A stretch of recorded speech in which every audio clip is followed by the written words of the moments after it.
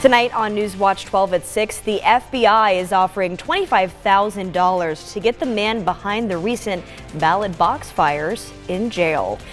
And winter weather is rolling in, creating some havoc on I-5 earlier this evening. What you need to know about the upcoming storms and how to prepare for them. We raise these funds for our community so that we can do the good work that's needed. And details on the nearly $22 million coming to Oregon for forest restoration coming up right now on NewsWatch 12 at 6. Watching out for you. This is NewsWatch 12 at 6. Right now, you're taking a live damp look at Medford from the People's Bank on Biddle Road. This storm system has packed a punch for the region, bringing plenty of rain, strong winds, and higher elevation snow. Thanks for joining us for NewsWatch 12 at 6. I'm Haley Gravitt. The wet weather will continue tonight, and snow will likely impact travel in our higher elevations. For a look at road conditions and what to expect as we head into tonight, let's check in with Stormwatch 12 Chief Meteorologist Matt Hoffman. Well, Haley, the precipitation is not as widespread as what we were seeing a little bit earlier this afternoon, but notice pretty widely scattered rain and higher elevation snow showers across southern Oregon and northern California. Some of the precipitation, the rain snow, will be moderate to heavy at times with some of these showers tonight into tomorrow, but it's going to stay fairly active right into Thursday. Let's take a look at road conditions around the region. Siskiyou Summit, heavily impacted by the snow earlier, did shut down I-5 for a time over Siskiyou Summit. Things are back up and running, but we do have some snow. Roads still could be quite slippery, and that will still be a concern into tonight as these showers continue to impact the region. Rain and higher elevation snow. Things have improved quite a bit at Snowman Summit. We did have several accidents there as a result of the snow this afternoon. The east side, things have kind of waned a bit with some of the snow shower activity, but roads will still be rather slippery out there tonight. Snow shower chances will continue.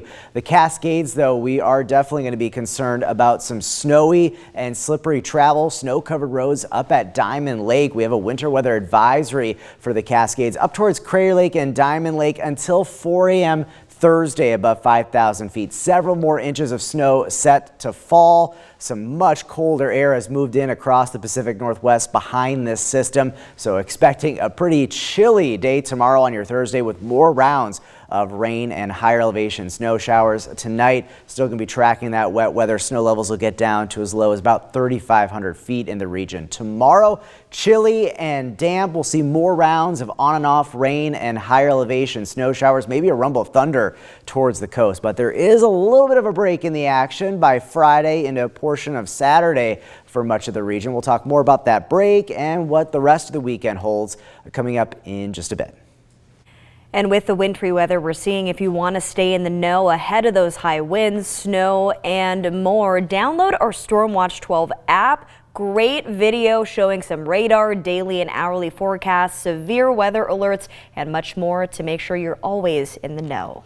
And as winter conditions start rolling in, drivers should be cautious about road conditions, especially at higher elevations. Last night, Siskiyou County Sheriff's Office responding to a vehicle stuck in snow on a forest road in McLeod. The vehicle was freed and all parties were safe, but the situation was avoidable. The Sheriff's Office is reminding drivers to keep a winter safety kit in their car. Let someone know if you're traveling with limited cell service, and never drive through conditions beyond your vehicle's capability or your own comfort level. And just about an hour ago, I-5 was closed after the sudden winter weather hit and caused a truck to wreck. Stormwatch 12 spoke to the Oregon Department of Transportation about what drivers need to know as this weather becomes more frequent. Just want to make sure people are prepared, and being prepared means checking trip check in advance and knowing where they're going, seeing what routes are closed, knowing what other options they have, and making sure that they're looking out for their fellow drivers on the road. All of this video was filmed today, so very wintry out there. For more details on earlier's wreck, you can head to our website, kdrv.com.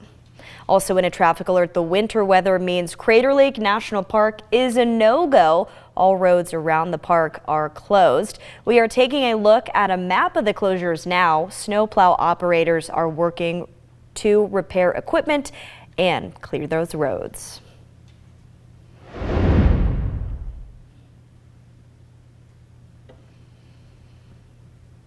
We are looking at the surveillance footage from the Portland Ballot Box Fire that took place on October 28th around 4 in the morning. The FBI now offering a $25,000 reward for information leading to the identification, arrest, and conviction of the person responsible. You see footage here shows a dark 2003 to 2004 Volvo sedan with light interior. The driver of that vehicle, described as a white male aged approximately 30 to 40 years old with thinning hair. He is believed to have some experience with metalwork and welding. FBI did note the license plate was not associated with a Volvo and may no longer be on that vehicle.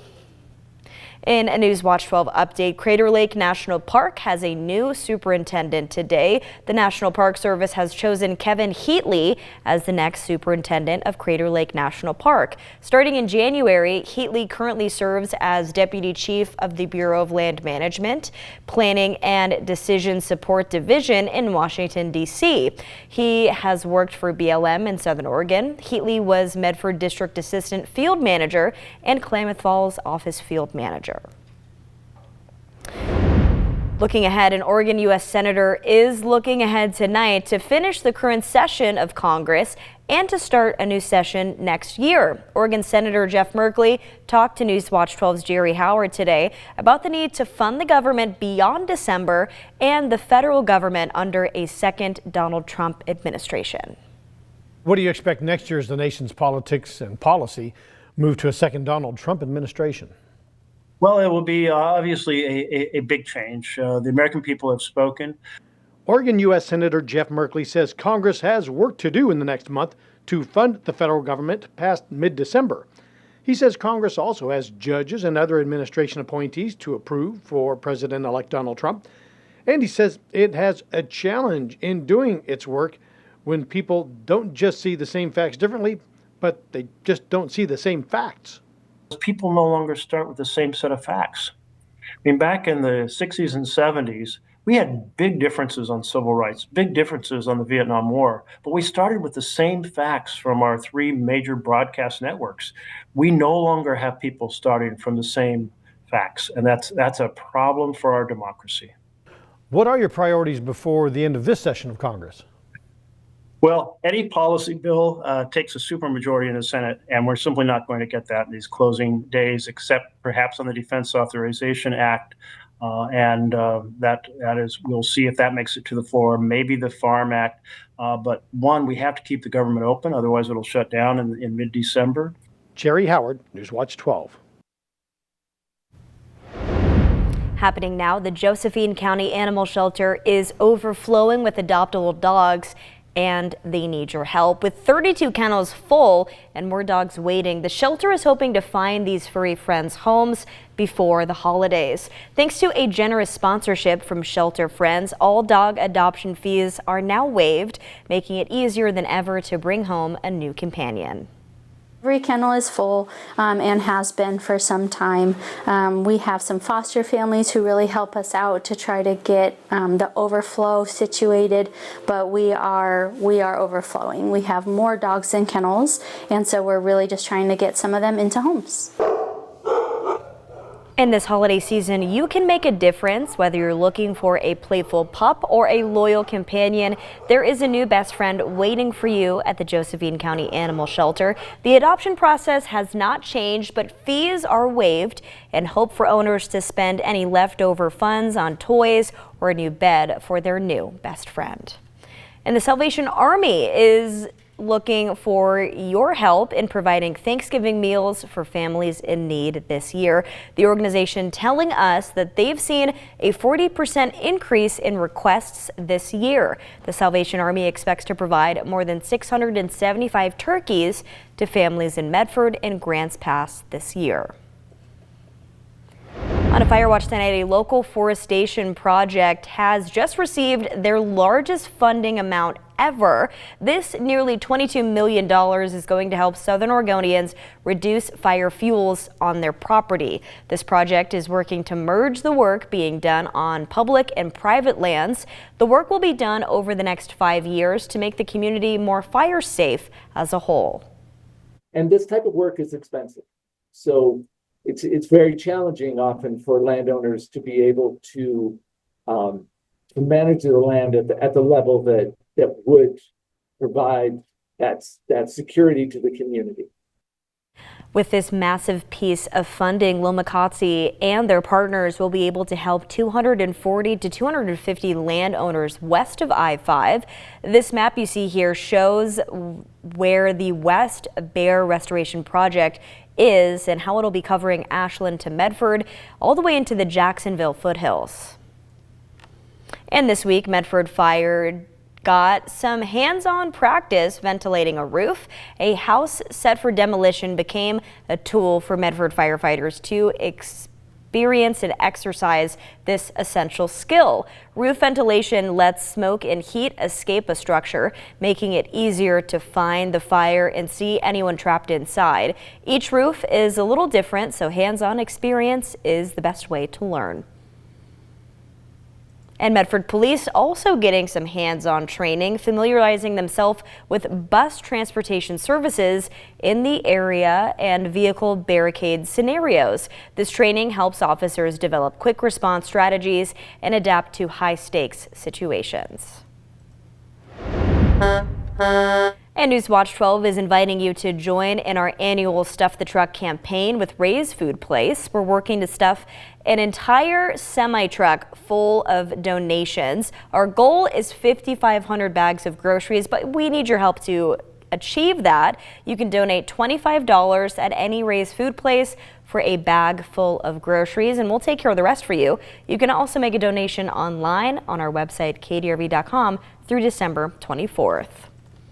And starting tomorrow, the Bureau of Land Management says families may cut Christmas trees on Forest Service or BLM lands with a permit from either agency. In Southern Oregon, people can get permits in person at Forest Service and BLM offices, except the Wild Rivers District Office in Cave Junction. They start selling permits tomorrow. Online, BLM's permits are available today. Forest Service permits are available online at Recreation.gov starting tomorrow. Permits cost $5 and $2.50 processing fee per order.